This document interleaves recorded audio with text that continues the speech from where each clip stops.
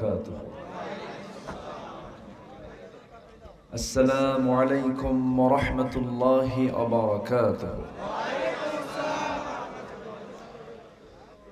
إن الحمد لله الأكرم الذي خلق الإنسان وكرم وعلمه من البيان ما لم يعلم،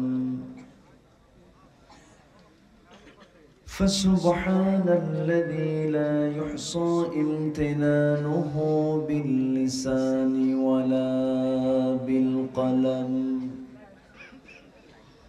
نشهد أن لا إله إلا الله وحده لا شريك له، ونشهد أن سيدنا وحبيبنا ومولانا محمدًا عبده ورسوله الذي أرسله بالحق بشيرا ونذيرا وداعيا إلى الله بإذنه وسراجا منيرا. فقد قال الله تعالى في كلامه المجيد وفرقانه الحميد: أعوذ بالله من الشيطان الرجيم. بسم الله الرحمن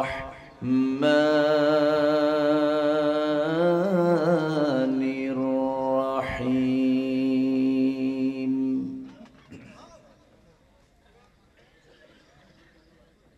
إنما المؤمنون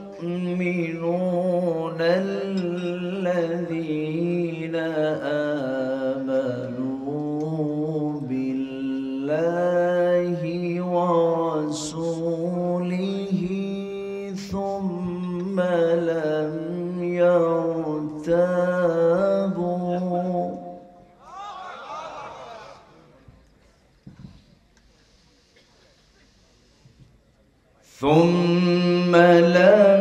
يرتابوا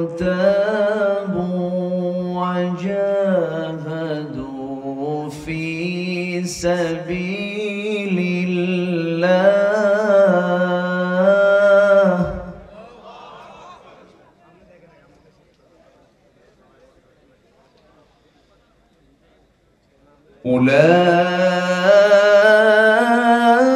أولئك هم الصادقون.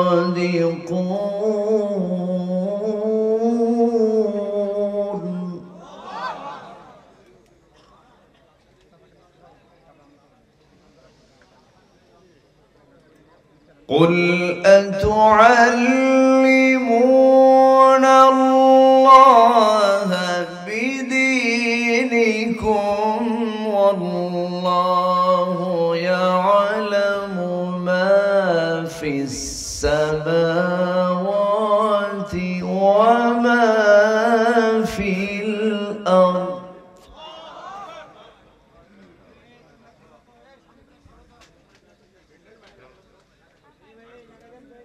والله بكل شيء عليم.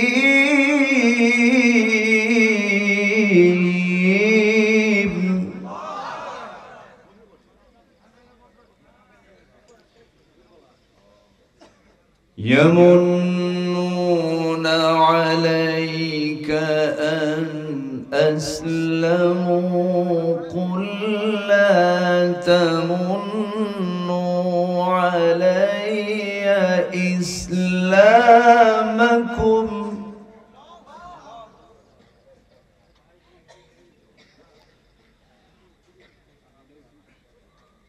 بل الله يمن عليكم أن هداكم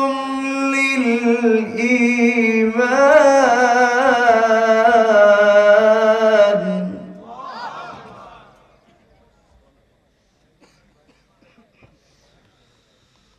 أن هداكم للإيمان إن كنتم صادقين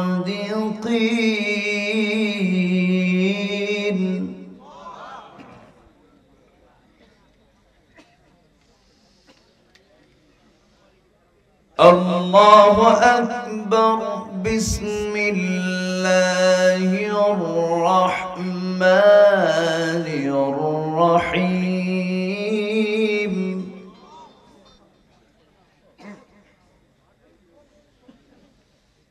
إن الله وملائكته يصلون على النبي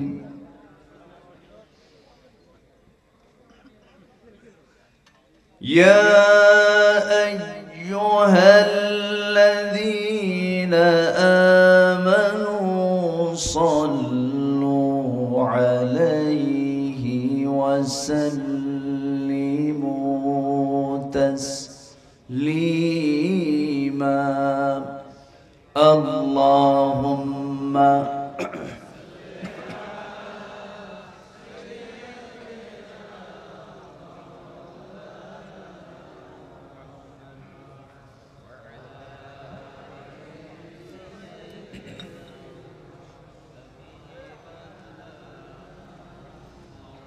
একটু মোহাব্বত দিয়ে দিলটা খুলে আওয়াজ দিয়ে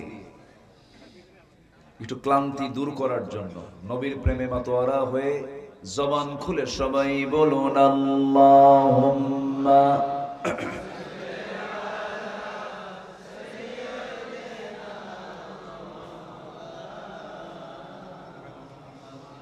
ওয়া আলা আলি সাইয়্যিদিনা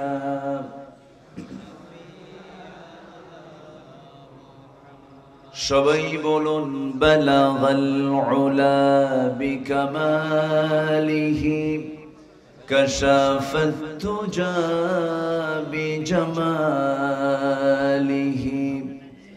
হাসনাত জামিউ খিসালিহি সাল্লু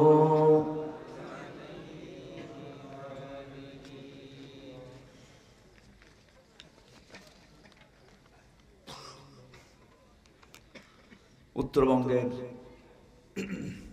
প্রবেশদ্বার গেটওয়ে বগুড়া জেলার সদর উপজেলার এরুলিয়া চকপাড়া মাদ্রাসায়ে নূরে মদিনা ঐতিহ্যবাহী এই প্রতিষ্ঠানের উদ্যোগে আয়োজিত দ্বিতীয় বার্ষিকী তাফসীরুল কোরআন মাহফিল 2024 21শে মার্চে অনুষ্ঠিত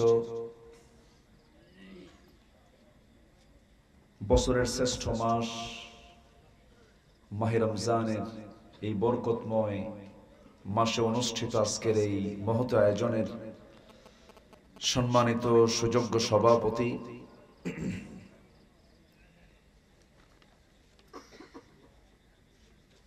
শ্রেষ্ঠ দ্বীনি বিদ্যাপীঠ জামিল মাদ্রাসার সম্মানিত মুহাদ্দিস মাওলানা শহীদুল ইসলাম, আজকের মাহফিলের বরেণ্য প্রধান অতিথি বিশিষ্ট রাজনীতিবিদ সমাজসেবক জনাব সুলতান মাহমুদ খান রনি সাহেব, আজকের মাহফিলে উপস্থিত এক ঝাঁক ওলামা বৃন্দ, বিশেষ করে আমার পূর্বে কথা বলেছেন নন্দিত আলেমে দ্বীন অনর্বশী বক্তা আমার অত্যন্ত কাছের আমার শ্রদ্ধাভাজন ভাই মাওলানা রুহুল আমিন যুক্তিবাদী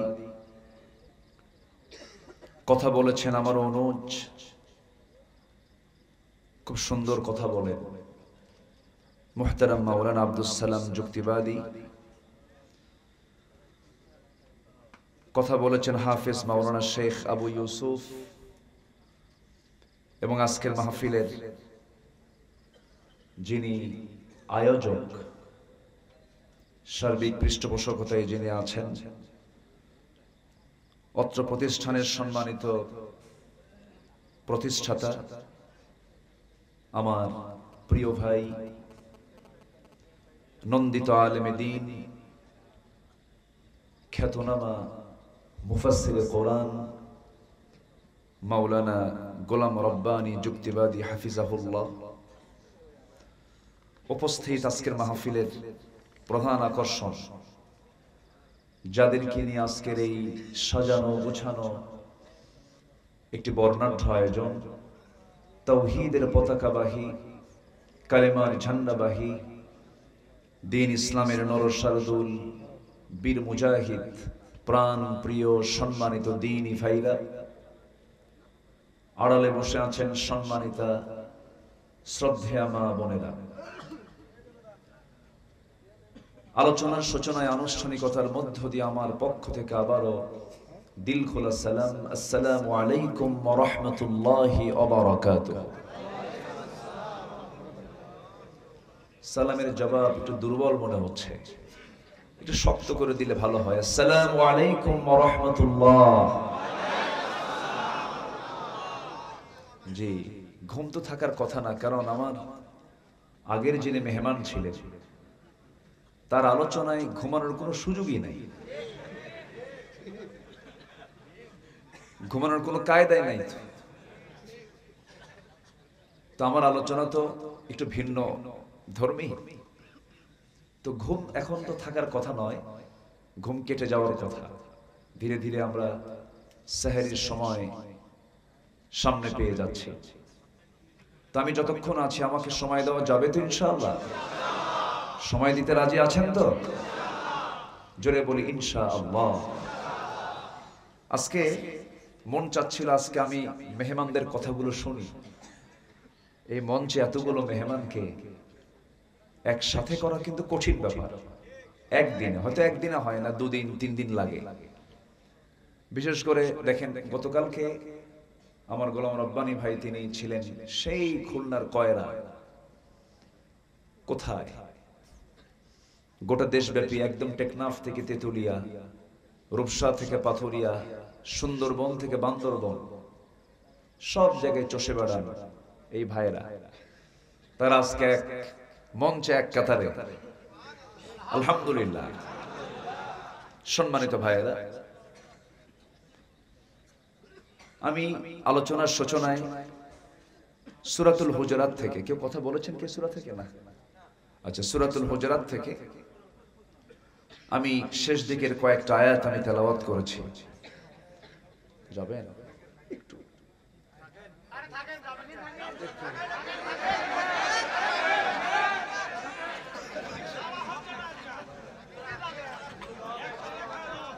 আচ্ছা আচ্ছা,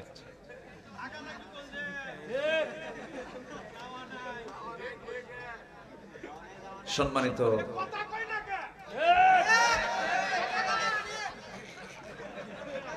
সম্মানিত হাজিরিন, জি, আমার রুহুল আমিন ভাই আপনাদের হৃদয়ের খোরাক জুগিয়েছেন, আলহামদুলিল্লাহ।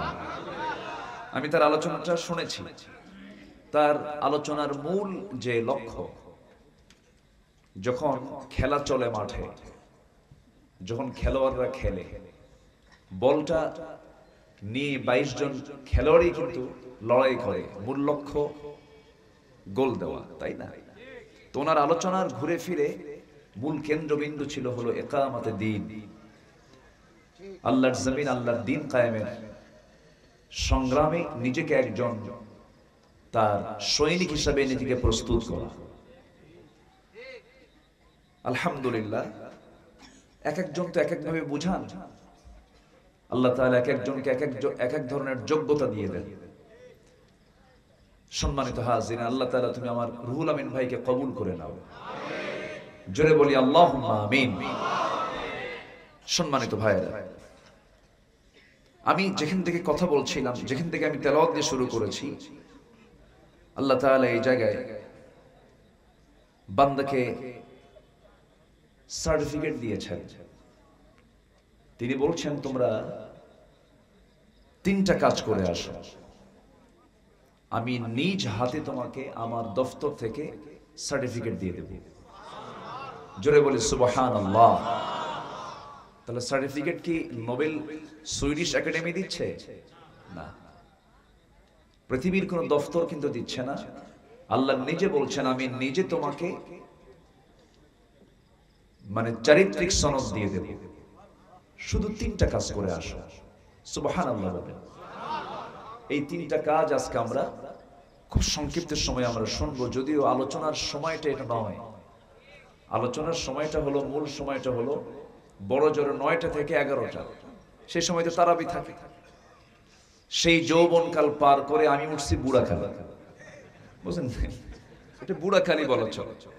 এখন দেখি ভাঙ্গা চূড়া কিছু কথা যদি বলতে পারি, আল্লাহ যেন আমাকে সেই কথাগুলো বলায় দেয় যেটা জাতির জন্য প্রয়োজন। শুধু আপনি শুনবেন না কথাগুলো, এই কথাগুলো আপনি আমাকে সহযোগিতা করবেন থেকে, এবং এই কথাগুলো আগামীকালকে কোটি কোটি মানুষ এই কথাগুলো শুনতে পাবে ইনশাআল্লাহ। তার মাধ্যম হচ্ছে এই মিডিয়াগুলো। আজকে প্রায় শতাধিক মিডিয়া এখানে এসেছে। এই মিডিয়াগুলো আগামীকালকে মানুষের চোখে চোখে অর্থাৎ হাতে হাতে এই আলোচনাগুলো পৌঁছে দিবেন তারা। আমরা তাদের জন্য দোয়া করি, আল্লাহ তুমি তাদের এই পরিশ্রম, এই মেহনতকে তুমি আল্লাহ দ্বীনের জন্য কবুল করে নাও। সম্মানিত ভাইয়েরা, তাহলে আমরা সার্টিফিকেটের জন্য কত ব্যস্ত হয়ে পড়ি। যদি আমার একটা অক্সফোর্ডের সার্টিফিকেট থাকতো, কেমব্রিজের যদি একটা সার্টিফিকেট থাকতো, একটা যদি পিএইচডি ডিগ্রি থাকতো, অনেকের কত স্বপ্ন থাকে, কিন্তু আল্লাহ তাআলা সহজেই বলছেন আমি তোমাকে নিজে সার্টিফিকেট দেব, তোমাকে কিছু কাজ করতে হবে। এর মধ্যে 1 নম্বর কাজ হলো ঈমান আনতে হবে। কি আনতে হবে বলেন তো? এখানে কি ঈমান ছাড়া কেউ আছে? বেঈমান কেউ আছেন কি? সবাই তো আমরা ঈমান এনেই ফেলছি। কিন্তু আল্লাহ তাআলা আবার দেখেন ঈমানদারকে ডাক দিয়ে আবার বলছেন ঈমানদাররা ভালো করে ঈমান আনো, এমন হুকুম আছে না নাই? আবার ঈমানদারকে ডাক দিয়ে আরেক জায়গায় বলছেন মুসলমান না হয়ে মরো না। তাহলে আমি ঈমান এনেছি শুধু এতটুকু বললাম আর আমি নাজাত পেয়ে যাব না। ঈমান এনেছি মানে কি? আমার এই দেহটা, আমার এই জীবনটা হিংস্র জন্তুর সামনে আমি সোপর্দ করে দিয়েছি। হিংস্র জন্তু আছে না নাই? আছে না? আমার কথা বুঝতেছেন কিনা জানি না। আমাদেরকে খেয়ে ফেলার মতো, নিঃশেষ করে দেওয়ার মতো, ঈমানদারদের জীবনকে নাস্তানাবুদ করার জন্য কিছু হিংস্র হায়না জন্তু আছে না নাই? আল্লাহ রাব্বুল আলামিন বান্দাকে নিজেই প্রশ্ন করছেন আহাসিবান নাস আইয়ুতরাকু আইয়াকুলু আমান্না ওয়া হুম লা ইফতানুন। মানুষের ধারণা ঈমান এনেছি এতটুকু শব্দ বলে ফেললাম আর আমি পার পেয়ে যাব। না না বান্দা, তোমাকে আমি অবশ্যই পরীক্ষা করব, সেই পরীক্ষায় তোমাকে পাস করতে হবে। পাস ছাড়া জান্নাত মিলবে না। এই পৃথিবীতে যত আল্লাহর পছন্দের গোলাম দুনিয়া থেকে গত হয়েছেন, প্রত্যেকটা গোলামদেরকে পরীক্ষা করা হয়েছে। প্রত্যেকটা পরীক্ষায় তারা সেকেন্ড হয়েছেন না ফার্স্ট হয়েছেন? ফার্স্ট হয়েছেন। জাতির পিতার দিকে যদি তাকাই, আল্লাহ রাব্বুল আলামিন তার ব্যাপারে বলছেন ওয়া ইয ইবতালা ইব্রাহিম রাব্বুহু বিকালিমাতিন ফাতাম্মাহুন। নবী হে, আপনি চিন্তা করেন কেন? আমি যে সময় আমার খলিল ইব্রাহিমকে অসংখ্য পরীক্ষা করেছিলাম, প্রত্যেকটা পরীক্ষায় আমার খলিল ইব্রাহিম ফাতাম্মাহুন্না, প্রত্যেকটা পরীক্ষায় তিনি ফার্স্ট ক্লাস ফার্স্ট হয়েছেন। জোরে বলি সুবহানাল্লাহ। তাহলে ঈমান আনা মানে পরীক্ষার মুখোমুখি হয়ে যাওয়া। আজও দুনিয়াতে পরীক্ষা দিয়ে ঈমান টিকে রাখতেছেন এমন জানবাজ ঈমানদার আছে না নাই? তো তাকান ফিলিস্তিনের দিকে, ছোট্ট ছোট্ট বাচ্চাগুলো ইসরায়েলি সৈন্যের সামনে বুকের বোতাম খুলে দিয়ে বলে, কয়টা গুলি চালাবি চালা, ফিলিস্তিন আমাদের, বাইতুল আকসা আমাদের। বুকের তাজা রক্ত ঢেলে দিচ্ছে, বুকের বোতাম খুলে দিচ্ছে। আবার কিছু আলেম নামের কলঙ্ক আছে যারা ওই ইহুদি খ্রিস্টানদের পা চাটা গোলাম। আছে না নাই? সালাউদ্দিন আইয়ুবী রাহমাতুল্লাহ আলাইহি, যিনি বাইতুল আকসাকে ইহুদি মুক্ত করার পর 3000 আলেমকে তিনি নিজে হত্যা করেছিলেন। কেন? এটার মূল কারণ হলো তারা শুধু সমাজে তাদের পরিচিতি ছিল আলেম, কিন্তু তারা মূলত ছিল হলো ইহুদি খ্রিস্টানদের পা চাটা গোলাম। এরকম তো এখন সমাজে নাই। আসতে বলবেন না, আছে না নাই? ইমানদার মানে কি মাথায় টুপিটা পড়া? ইমানদার মানে কি শুধু মাথায় মুখে দাড়ি রাখা? না। ইমানদারের পরিচয় বাহ্যিক কোন সূরতের সঙ্গে ইমানের কোন সম্পর্ক নেই। মূলত আবু জেহেল জুব্বা পরত, আবু জেহেলের যে পোশাক আর আমার নবীর যে পোশাক, আরবের যে পোশাক, আমার নবীর এবং আবু জেহেলের পোশাকের মধ্যে কোনো তফাৎ ছিল না। অনেক বিধর্মী আছে যাদের মুখে দাড়ি আছে, আছে না নাই? আচ্ছা, আমি দাড়িকে ইনকার করছি না, আমি পোশাককে ইনকার করছি না, আমি সুন্নাহকে অবশ্যই সম্মান করছি। কিন্তু আলেমের পরিচয় দিয়ে আপনার ভূমিকা হবে হলো জালেমদের মতো ইসলামকে নিভিয়ে দেবার জন্য যুগে যুগে এরকম মুনাফিক চক্র ছিল, এখনো আছে না নাই? এজন্য আমি প্রায় বলি, ঈমান যদি এনে থাকি, শত্রু আগে চিন্তা হবে। আমাদের শত্রু আছে না নাই? ঈমানদারের শত্রু জীবনে আছে না নাই? শত্রুগুলো কারা কারা, এটাও আজকে আমরা আলোচনার মধ্যে শিখে নেব। জোরে বলি ইনশাআল্লাহ। আমি রুহুল আমিন ভাইকে আমি ছুটি দিতে চাই, কারণ এর কারণ কি জানেন? আমরা বুঝি তো, একটা মানুষ দীর্ঘ সময় কথা বলেছেন, ক্লান্তি আছে, তো উনি একটু বিশ্রাম নিক, ওনাকে একটু রুখসত দেই আমরা। কি মনে করেন আপনারা? কি অনুমতি দিলেন তো? আচ্ছা, জি। আবেগ তো সব জায়গায় প্রয়োগ করা যাবে না। ঠিক আছে ভাইজান, জি জি ইনশাআল্লাহ। বসেন। আচ্ছা আসেন, জি সামনে আসেন, সামনে এসে বসেন। আমাকে সময় দেওয়া যাচ্ছে তো ইনশাআল্লাহ? যে একটু বসেন, বসেন। আমার রনি ভাই আপনি চলে গেলেন, বসেন। সকাল থেকে বাইরে ছিলাম সারা দিন, জি ইফতার বাইরে। একটু বসেন, আপনাকে থাকতে হবে, একটু বসেন, একটু বসেন। এই তো আমি সামান্য সময় কথা বলি, শেষ করে দেব ইনশাআল্লাহ। আপনারা কষ্ট পাচ্ছেন না তো? আপনার সামনে থেকে আবার উঠে কে উঠতেছেন নাকি? কে উঠবেন না, একটু বসেন। একটু আমরা এমন একটা সময় আমরা এখানে বসে আছি যে সময় বান্দা যা চায় তাই কবুল করে। এই সময়টা আল্লাহ তাআলা ফিস সামাঈদ দুনিয়া, দুনিয়ার আকাশে তিনি চলে আসছেন। এই সময় তিনি দুনিয়ার আকাশে চলে আসছেন এবং বলতেছেন, আলা মিন মুস্তাগফিরিন ফাগফিরালাহ, কোন ক্ষমা প্রার্থী আছো আমার কাছে ক্ষমা চাবে, আমি তার সমস্ত গুনাহগুলোকে মাফ করে দেব। এটা কি মোল্লার কথা না আল্লাহর কথা? আল্লাহ নিজে বলছেন কোন ক্ষমা প্রার্থী আছো, কার কোন সমস্যাগুলো আছে আমার কাছে বলো, আমি তার সমস্যাগুলো আমি দূর করে দেব। আল্লাহু আকবার বলেন। এজন্য এই গোল্ডেন টাইম, এটা সোনালী সময় আমরা পার করছি এবং কোরআন শোনার মধ্য দিয়ে পার করছি। বলি আলহামদুলিল্লাহ। সে টাইমটা শুধু 12টা যখন বাজে জাস্ট ফজরের আগ পর্যন্ত, এই টাইমটা হলো 24 ঘন্টার মধ্যে একটা গোল্ডেন টাইম, যে টাইম আল্লাহ তাআলা আমাকে মাফ করার জন্য আল্লাহ তাআলা 7 আসমান উপর থেকে আরশে আজিম থেকে তিনি প্রথম আকাশে চলে আসেন। তাহলে এই সময়টা কি আমরা নষ্ট করব? একটু বসে আমরা আলোচনাটা শুনি। সার্টিফিকেট দেবেন কে?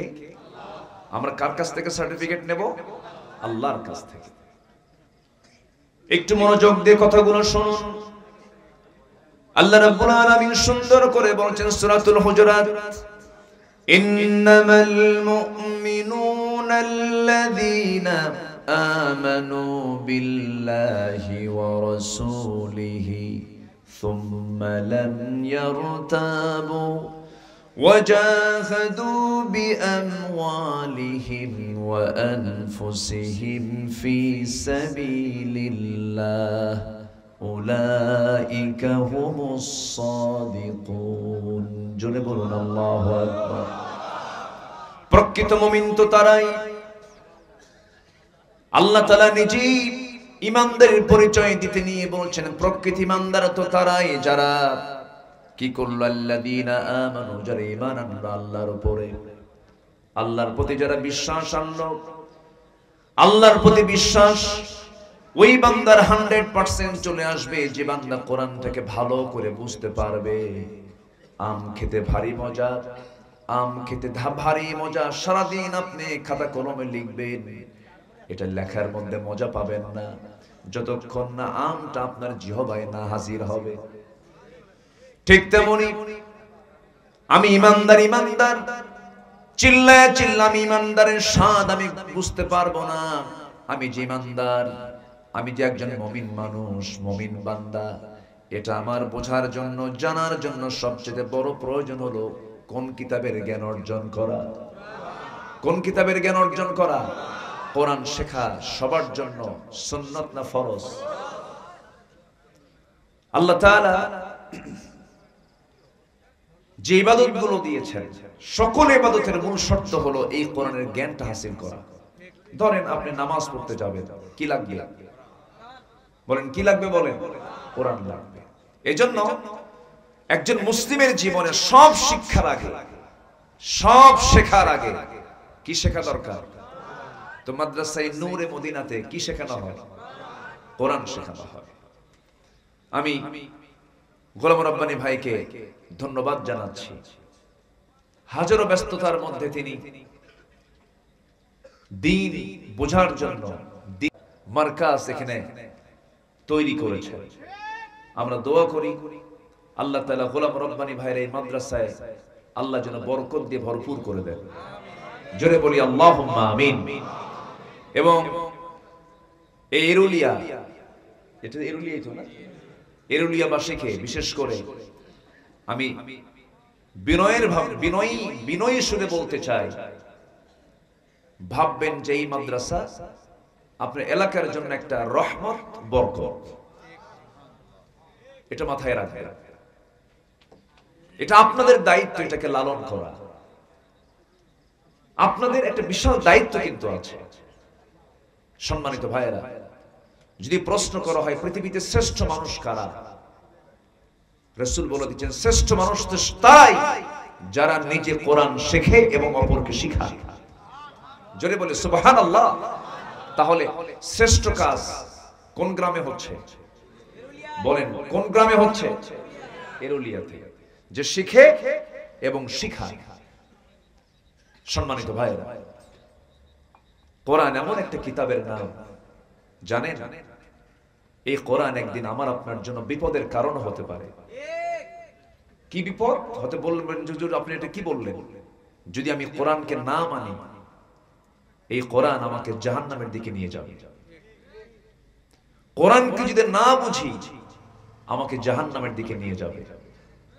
কারণ আমরা দিনের বেলা এখন কি রাখি, কোন ইবাদত করি? সিয়াম। হাদিসে আসছে আস-সাওমু ওয়াল কুরআন ইউশাফিআন লিল আবদ। রোজা এবং কোরআন এই দুটো জিনিস বান্দাকে জান্নাতে যাওয়ার জন্য সুপারিশ করে। তাহলে আমি কোরআনটা জানলামই না, বুঝলামই না, পড়লামই না, আমি সুপারিশ পাবো কেমনে? কেমনে আমি সুপারিশ পাবো? আমি প্রায় একটা কথা বলি, বুড়ো চাচার বয়স 70 বছর, সারা জীবন বিভিন্ন শেখা শিখেছেন, বিভিন্ন জায়গায় বিভিন্ন কাজ করেছেন, কোরআনটা শিখতে পারলেন না। এরকম বুড়ো চাচা আমার দেশে নাই তো? আসতে বলবেন না, আছে না? 70 বছর পার হয়ে গেছে, কোরআন শিখতে পারলেন না উনি। কিন্তু বুড়ো চাচাকে যখন বলি, বুড়ো চাচা এত বয়স হয়ে গেল, কোরআনটা শিখে নেন। বুড়ো চাচা বলে, বাবা মুখে আসে না, পারি না, হয় না, মুখে আসে না। কিন্তু বুড়ো চাচাকে যখন বলি, চাচা ওই যে আপনার চার মাথার মোড়ে, এরুলিয়ার মোড়ে 7 কাঠা যে জায়গা আছে, তার দাগ নাম্বার কত? 93। দাগ নাম্বার টনটনা মুখস্থ আছে। আবার জসকোটের বারান্দায় সপ্তাহে 2 দিন ফাইল নিয়ে শুধু দৌড়াদৌড়ি করে। চাচা এই বুড়ো বয়সে আপনি ফাইল নিয়ে দৌড়াদৌড়ি করেন, কোর্টের বারান্দায় নড়াচড়া করেন, আপনার কষ্ট হয় নাকি? বাবা আমি তো আসতে চাই না, কিন্তু মামলা আছে। কিসের মামলা?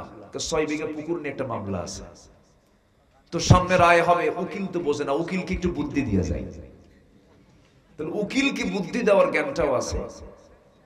আবার দাগ নাম্বারটা কাগজ না দেখি মুখস্থ টনটনা, এটাও ঠিক আছে। কিন্তু যখন বলা হয়, চাচা কোরআনটা পড়ে, বাবা মুখেই আসে না। বলেন তো সমস্যা কি? বলেন তো বুড়ো চাচার সমস্যাটা কি? আসলে কি মুখে আসে না, না চেষ্টা নাই? কি নাই বলেন, কি নাই? সামান্য দুনিয়ার 60-70 বছরের জিন্দেগি এই জমির দাগ নাম্বারও যদি টনটনা মুখস্থ থাকে, সর্বনিম্ন যে জান্নাত আল্লাহ তাআলা দিবেন, সেই জান্নাতের এরিয়া হবে 10টা পৃথিবীর মতো একটা জান্নাত। জান্নাত মনে হয় ছোট হয়ে গেছে। 10টা পৃথিবী সর্বনিম্ন জান্নাত। সেই জান্নাত কি সবাই আমরা পেতে রাজি আছি? এটা কি এমনি এমনি পাবো? এমনি এমনি আসবে? পুঁজি দরকার। সেই জান্নাত পাওয়ার 1 নম্বর পুঁজি হলো কয় ওয়াক্ত নামাজ। আসতে বলবেন না, কয় ওয়াক্ত নামাজ? আমার দেশে নামাজি বেশি না ইমানদার বেশি? ভালো করে কথা, আমার দেশে নামাজি বেশি না ইমানদার বেশি? ইমানদার বেশি। ইমানদার বেশি না, কিন্তু নামাজি না। প্রশ্ন কিন্তু খুব ক্রিটিক্যাল করলেন না। সবাই বলবেন আমার দেশে নামাজি বেশি না ইমানদার বেশি? তাহলে বেনামাজি আবার ইমানদার, চিন্তা করে নেন। আল্লাহ তাআলা যে বললেন, ইয়া আইয়ুহাল্লাযীনা আমানু আমিনু, ইমানদাররা ভালো করে ঈমান আনো, এইজন্য বলেন নাই? বুকটা ফেটে যায়। 18 কোটি তৌহিদি জনতার এই বাংলাদেশ, যেখানে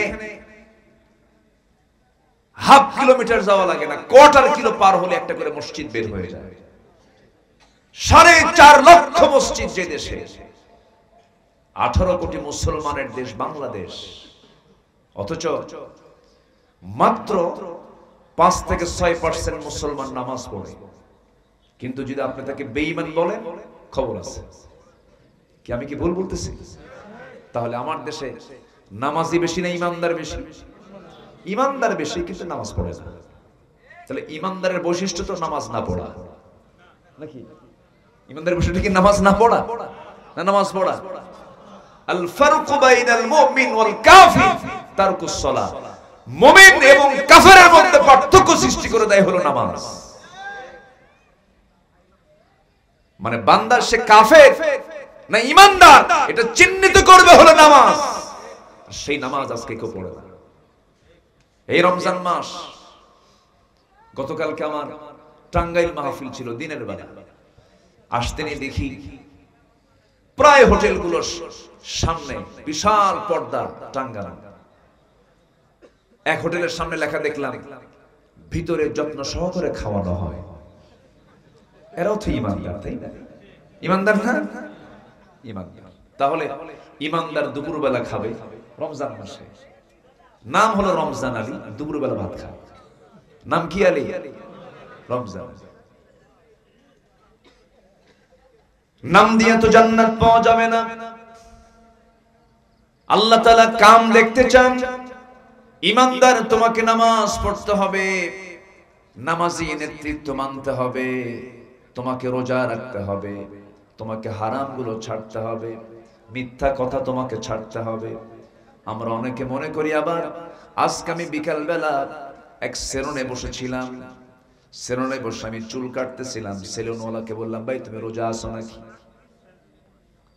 হুজুর রোজা আছে। নামাজ পড়ছো? হুজুর রোজা রাখি, নামাজ পড়ার টাইম নেই তো। দেখেন, তাহলে রোজাদার রোজা আছে কিন্তু কি পড়ে না?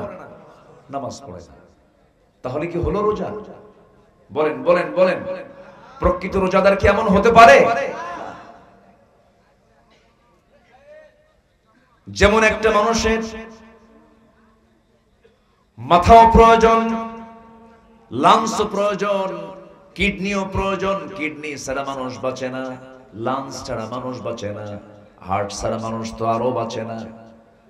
মাথাও লাগবে, কিন্তু কারো যদি হাত কেটে যায় সে বাঁচতে পারে, পা কেটে যায় বাঁচতে পারে, চোখ যদি অন্ধ হয়ে যায় বাঁচতে পারে, কিন্তু লাংস নাই, হার্ট নাই, কিডনি নাই, ব্রেন নাই, সে বাঁচবে না, সে দুনিয়া থেকে বিদায় হয়ে যাবে। তেমনি ইমানদারের জীবনের সবচেয়ে বড় পুঁজি হলো ফরজিয়াতকে ধরে রাখা।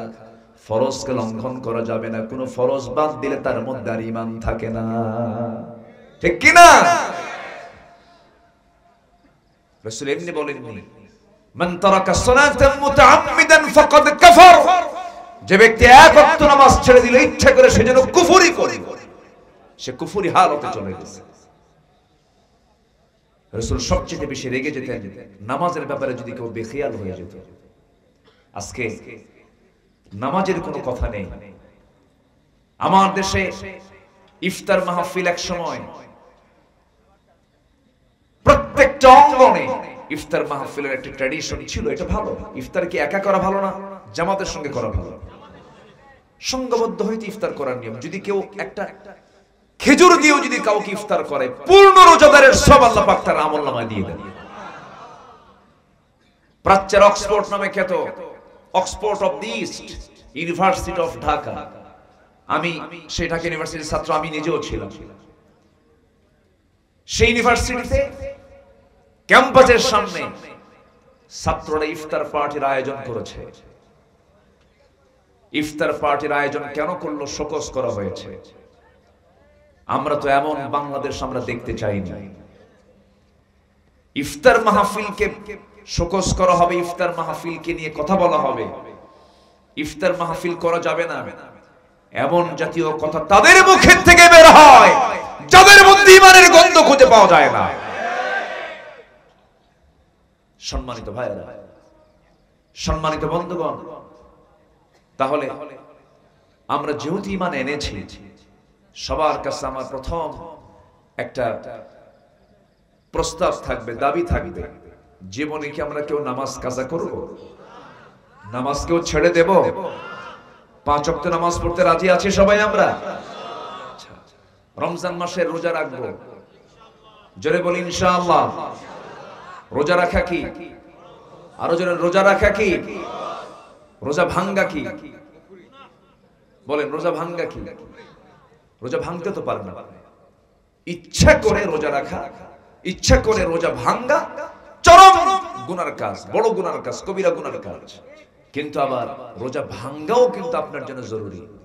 বিশেষ সময়ে, কোন সময়? বিশেষ সময়ে আপনি অসুস্থ, আল্লাহ তাআলার দয়া বান্দার উপরে কম না বেশি? বেশি। ইন কুনতুম মারদা আও আলা সাফারিন, অসুস্থ আছো, সফরে আছো, দরকার নাই রোজা ভাঙো। কার কথা? আসতে বলবেন না, কার কথা?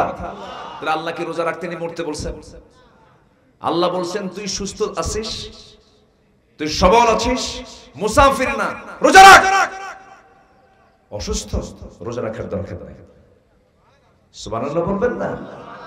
আচ্ছা, বাবা তার ছেলে কি কম ভালোবাসে না বেশি ভালোবাসে? তার চাইতে আল্লাহ তার বান্দাকে কম না বেশি? আরো ভালোবাসে। শুধু বেশি না, অনেক বেশি। আল্লাহ তো বোঝেন বান্দা অসুস্থ হতে পারে, রোজা রাখার দরকার নেই, রোজা রাখো না, পরে যখন সুস্থ হবে আবার রোজা রেখে নেই। যখন সুবহানাল্লাহ, কি দয়া তার। আমার বন্ধুগণ, রোজা ভাঙ্গা যাবে না। এক সাহাবী রোজা অবস্থায় দিনের বেলা স্ত্রী সহবাস করেছে। স্ত্রী সহবাস করা কি রোজা অবস্থায় কি বলেন, হালাল না হারাম? স্ত্রী হালাল হলেও রোজা অবস্থায় সহবাস করা হারাম, গুনার কাজ, করা যাবে না, নিষিদ্ধ এটা। কিন্তু সাহাবী এমন একটা কাজ করে ফেলছে, নিজের স্ত্রী তো, বৈধ স্ত্রী। আমার ওয়াজ শুনতে মনে আপনাদের কষ্ট হচ্ছে মনে হয়। তো সহবাস করার সঙ্গে সঙ্গে তিনি আবার তওবা করে ফেলেছেন, চোখের পানি ফেলে কাঁদছেন। নবীর কাছে গিয়ে আস্তে আস্তে করে জড়সড় হয়ে বসে বলতেছে, হুজুর কাম তো সারছি, কি করছো? হুজুর আমি তো রোজা অবস্থায় দিনের বেলা আমি স্ত্রী সহবাস করে ফেলছি। রাসূল বললেন, তাহলে 60টা রোজা রাখো। তাহলে কাফারা, এক রোজার বিপরীতে তাকে কয়টা রোজা রাখতে হবে? তাও একটা বাদ দিলে হবে না, মাঝখানে একটা বাদ দিলে আবার সেখান থেকে নতুন করে গুনতে হবে। তাহলে এক টানা এক রোজার জন্য কাফারা হলো কয়টা রোজা? 60টা। সাহাবী বলে, হুজুর আপনি আমার বডির দিকে তাকায় দেখেন তো, আমি পারবো? আমার রাসূল মুস্কি হাসি মারলেন। সুবহানাল্লাহ বলুন। হুজুর আমার পক্ষে সম্ভব নয়, একটানা রোজা আমি রাখতে পারবো না। রাসূল বললেন, তাহলে তুমি 60 জন মিসকিনকে দুবেলা করে খাবার খাওয়ায় দাও। হুজুর আমার মতো ফকির কেউ আছে নাকি? আমার তো নিজের বাড়িতেই খাবার নাই, ফকিররে খাওয়াবো কখন? আমি দিতে পারবো না। ফিদিয়াতু তুআম মিসকিন, এটা আমার পক্ষে সম্ভব নয়। রাসূল চুপ মেরে গেলেন, সে খাওয়াতেও পারবে না, রোজাও রাখতে পারবে না। রাসূল আর কি বলবেন, চুপ মেরে আছেন। এমন সময় একজন সাহাবী এক কার্টুন ভর্তি খেজুর নিয়ে এসে নবীর সামনে দিয়ে বলছেন, হুজুর হাদিয়া স্বরূপ দিয়ে গেলাম। এক কার্টুন খেজুর রাসূল নিয়ে বলেন, ও সাহাবী, যেহেতু তোমার কোনো সামর্থ্য নাই, তুমি যেহেতু একটা রোজা নষ্ট করে ফেলেছো, এই যে এতগুলো খেজুর আমাকে দিয়ে গেল, এই খেজুর তোমাকে দিলাম, তুমি দুস্থ অনাথ যে সমস্ত গরিব মানুষগুলো আছে তাদেরকে তুমি এটা দান করে দাও, এটা তাদের মাঝে বন্টন করে দাও। হুজুর আমার জানা মতো আমার চাইতে বড় ফকির এই এলাকায় আর কেউ নাই, আমার বাচ্চাগুলো না খাওয়া আমি কারে দেব? রাসূল এক পর্যায়ে বলেই ফেলেন, যা তুই নিয়ে যা, তুই খা, তোর পরিবারকে খাওয়া, যা। জোরে কোন সুবহানাল্লাহ। কষ্ট হচ্ছে আপনাদের? আমার ভাইয়েরা, ইচ্ছা করে রোজা ভাঙ্গা যাবে না। আরেকটা হাদিসের কথা আমার মনে হয়ে গেল, আপনি যে রোজা ভাঙবেন 1000 বার আপনাকে এই হাদিসের কথা মনে করা উচিত। একজন সাহাবী আমার নবীর সামনে বসে আছেন, রাসূল হাদিসটা বর্ণনা করছেন। আমার নবীজি বলেন, রাতের বেলা আমি ঘুমিয়ে পড়লাম, স্বপ্নের মধ্যে দেখি দুজন ফেরেশতা আমাকে এসে ধরলেন, স্বপ্নের মধ্যে আমাকে নিয়ে গেলেন। নবীদের স্বপ্ন মিথ্যা না সত্য? মিথ্যা না সত্য? আর আমার আপনার স্বপ্ন সত্য হতে পারে, মিথ্যাও হতে পারে। ইন্নী আরা ফিল মানামি আন্নী আযবাহুক, ইন্নী রাআইতু 11 কাওকাবা ওয়াশ শামসা ওয়াল কমারা রাআইতুহুম লি সাজিদিন। নবীরা যে স্বপ্নই দেখেছেন সেটাই হলো সত্য স্বপ্ন। রাসূল বলছেন, স্বপ্নের মধ্যে আমাকে দুজন ফেরেশতা নিয়ে চলে গেল, একটা পাহাড়িয়া উঁচু পাহাড়ের উপরে আমাকে উঠানো হলো। আমি দেখতে পেলাম স্বপ্নের ভিতরে কোন এক আল্লাহর বান্দাকে উপর করে উল্টা করে 2 পা বেঁধে উপরে তাকে বেঁধে রেখেছে, মাথাটা নিচের দিকে, পাটা উপরের দিকে, ধারালো এক অস্ত্র নিয়ে তার মুখের মধ্যে ধারালো অস্ত্র চাকুটা ঢুকায়া দিয়া বারবার মুখটা কাটতেছে। রক্তগুলো গড়ে গড়ে পড়তেছে, আবার ঠিক হয়ে যায়, আবার তার মুখটা কেটে ফেলে, রক্তের সয়লাভ হয়ে যাচ্ছে। এমন লোমহর্ষক শাস্তি দেখে আমি দুজন ফেরেশতাকে জিজ্ঞাসা করলাম, এই বান্দাটার এমন শাস্তি হওয়ার মূল কারণটা কি বলো তো আমাকে। সেই সময় বলা হলো, এই বান্দা জাগতিক জীবনে ইচ্ছা করে রোজা নষ্ট করত, রোজাকে ভেঙে ফেলে দিত, এই জন্য তার এই শাস্তি। আমার বন্ধুগণ, আল্লাহ রাব্বুল আলামিন এই রোজার ব্যাপারে খুব কমন আয়াত, সহজ আয়াত, যারা আমার সঙ্গে পারেন ঠোঁট মিলিয়ে বলেন, কুতিবা আলাইকুমুস সিয়ামু কামা কুতিবা আলাল্লাযীনা মিন ক্বাবলিকুম লাআল্লাকুম তাত্তাকুন। কুতিবা আই ফরিদা, আমি আল্লাহ রাব্বুল আলামিন তোমাদের জন্য ফরজ করেছি, শুধু নয় কুতিবা লিখিত আকারে পাশ করেছি। যে আইনটা লিখিত হয় আর যে আইনটা মৌখিক হয়, কোন আইনটা মজবুত বলেন, মৌখিক না লিখিত? লিখিত। দলিলটা কোনটা মজবুত, মুখে মুখে না লিখে লিখে? লেখাটা বেশি মজবুত হয়ে যায়।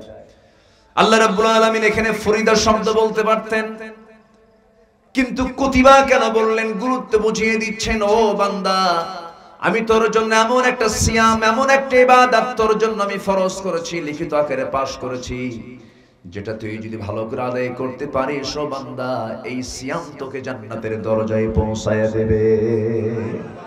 ফলাফল হবে হলো লাআল্লাকুম তাত্তাকুন, মুত্তাকি হতে পারবে, আল্লাহওয়ালা হতে পারবে।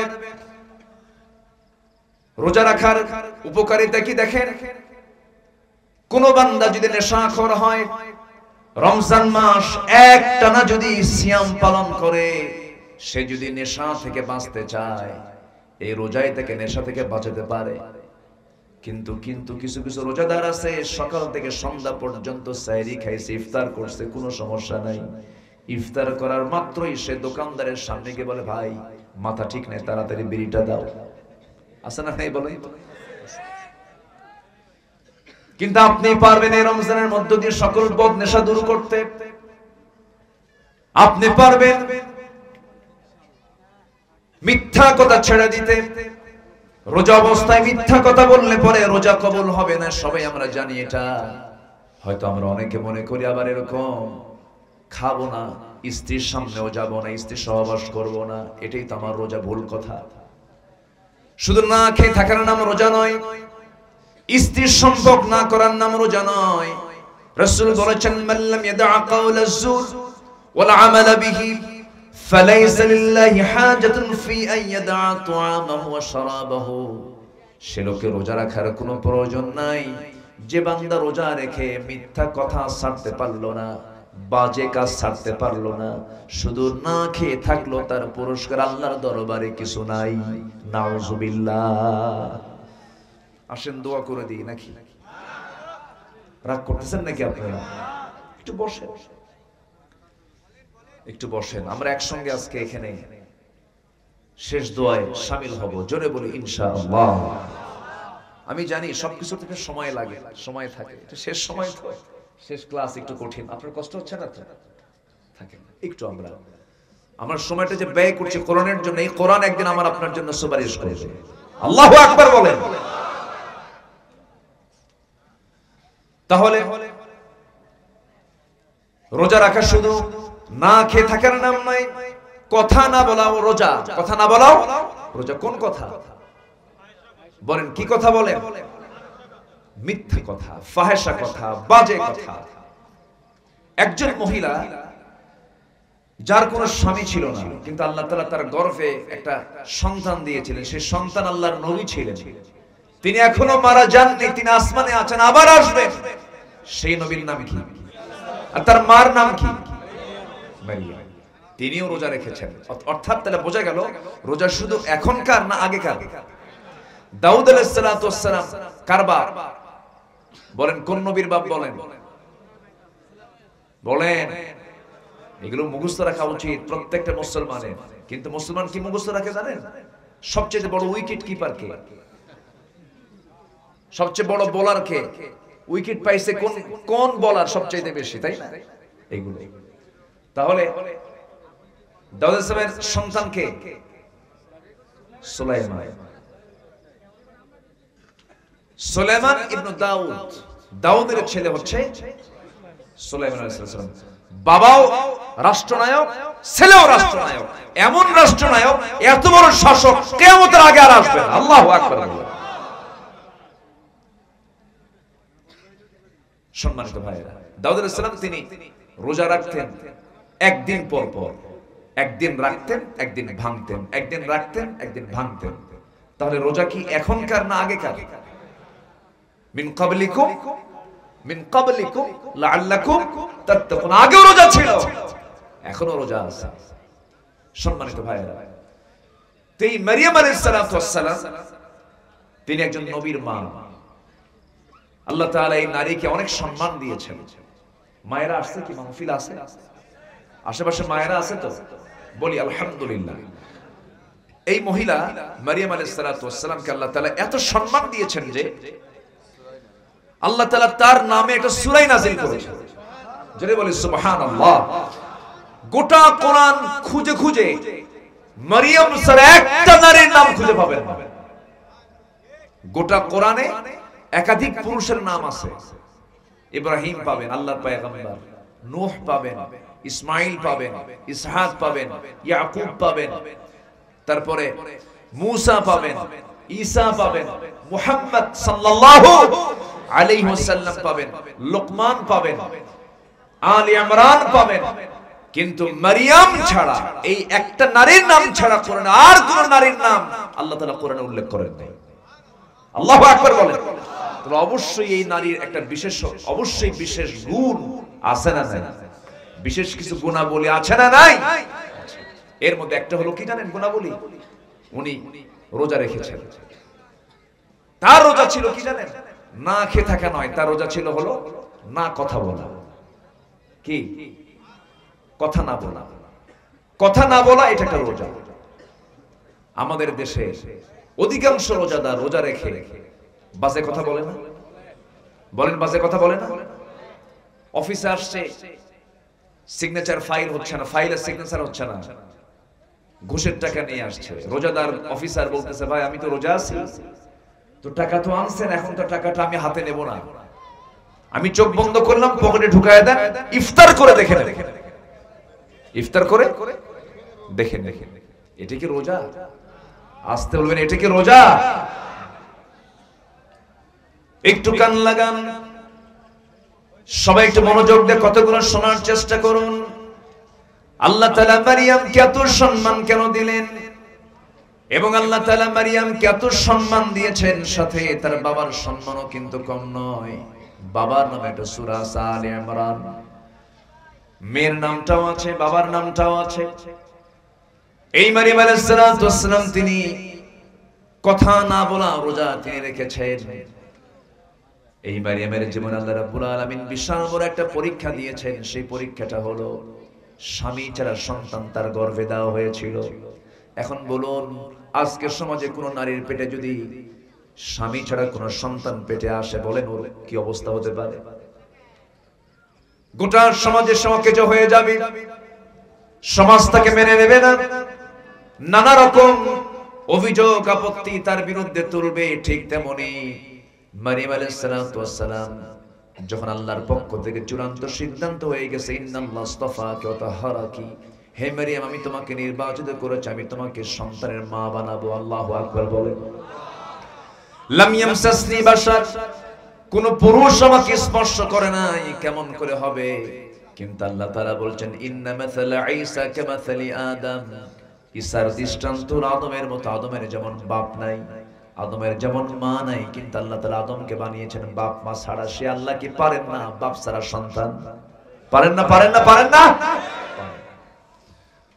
আল্লাহ তাআলা সন্তান তার গর্ভে দিয়ে দিলেন। অনেক লম্বা কথা ছিল, শর্ট করে আনতেছি।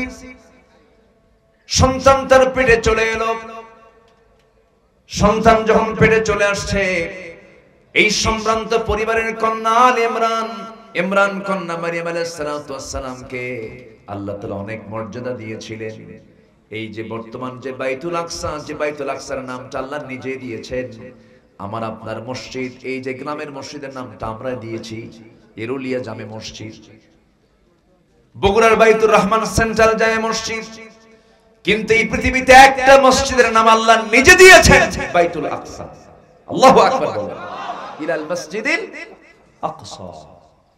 এই মসজিদ আকসার পাশেই ওয়াকাফলাহা জাকারিয়া, জাকারিয়া আলাইহিস সালাতু ওয়াস সালাম তার তত্ত্বাবধানে মারিয়ামকে রেখেছিলেন।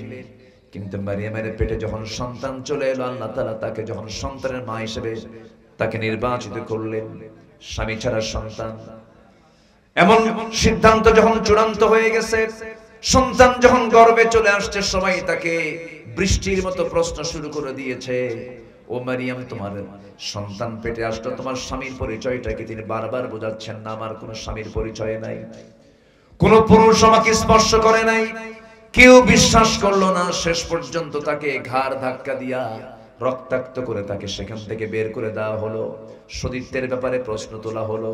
দেখবেন আজকের সমাজে কিছু সংখ্যক মহিলা আছে, তার যদি সতীত্ব নিয়ে যদি কোনো কথা তোলা হয়, নারীকে যদি একটু গালিগালাজ দেওয়া হয়, বলে যে এই যে ফাঁসি, এই যে রশি, ওই যে গাছের ডাল, আছে না? এরকম আছে না? এরকম তো এরুলিয়া এলাকায় নাই তো। আমার দেশে আত্মহত্যার প্রবণতা কি আছে? এই তো গত কয়েকদিন আগে কোন একটা জায়গায় মাহফিল করলাম, এক এসপি মহোদয় মঞ্চে বসা। এসপি মহোদয় বলেন, হুজুর একটু মেহেরবানি করে, আমরা তো প্রশাসন চালাই, তো আত্মহত্যার প্রবণতা খুব বেড়েছে, একটু মেহেরবানি করে এই বিষয়ে কিছু কথা বলবেন। আজকের এই মিডিয়ার কল্যাণে আমি এই সাবজেক্টটা আমি একটু নিয়ে আসতেছি। আত্মহত্যা, পৃথিবীর এমন কিছু কিছু দেশ আছে যে দেশে আত্মহত্যা আইনগতভাবে বৈধ।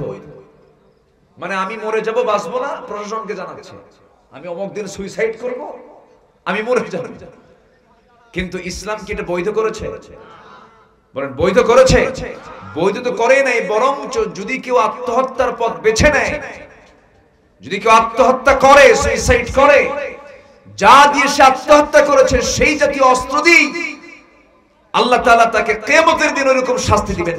উযযিবা বিহি, যা দিয়ে সে মারা গেছে দুনিয়াতে, আত্মহত্যা করেছে, ওই জিনিস দিয়ে আল্লাহ তাআলা তাকে শাস্তি দিবেন। নাউযুবিল্লাহ। তাহলে আত্মহত্যাকারী জান্নাতি না জাহান্নামী? জান্নাতি না জাহান্নামী? এক সাহাবী নবীর সাথে যুদ্ধ করতে গেছে, যুদ্ধ করে আসছে রক্তাক্ত অবস্থা। আমার রাসূল বলেন, তোমরা কি জানো এই লোকটা জাহান্নামী? রাসূল সাহাবায়ে কেরাম, হুজুর আপনি কি বলেন? এই লোকটা আমাদের সঙ্গে যুদ্ধ করতে গেল, জিহাদ করলো, রক্তাক্ত হলো, এই লোকটা জাহান্নামী হবে কেমনে? আমি কিছুক্ষণ পরে বলবো। সে রক্তাক্ত সেই লোকটা চলে গেছে বাড়িতে, সহ্য করতে না পেরে যন্ত্রণা, এক পর্যায়ে ছুরি দিয়ে গলায় ঘুতা মেরে আত্মহত্যা করে দুনিয়া থেকে বিদায় হয়ে গেছে। রাসূল বলেন, দেখো তো ও কি বেঁচে আছে কিনা বেঁচে নেই, কি হয়েছে? আত্মহত্যা করে দুনিয়া থেকে বিদায় হয়েছে। আমি বলছি না তোমাদের যে লোকটা জাহান্নামী? তাহলে সে আত্মহত্যা যদি কেউ পথ বেছে নেয়, সে কি জান্নাতি না জাহান্নামী? জাহান্নামী। দেখবেন ওই শয়তান ওয়াসওয়াসা দেওয়ার জন্য, মানে আত্মহত্যা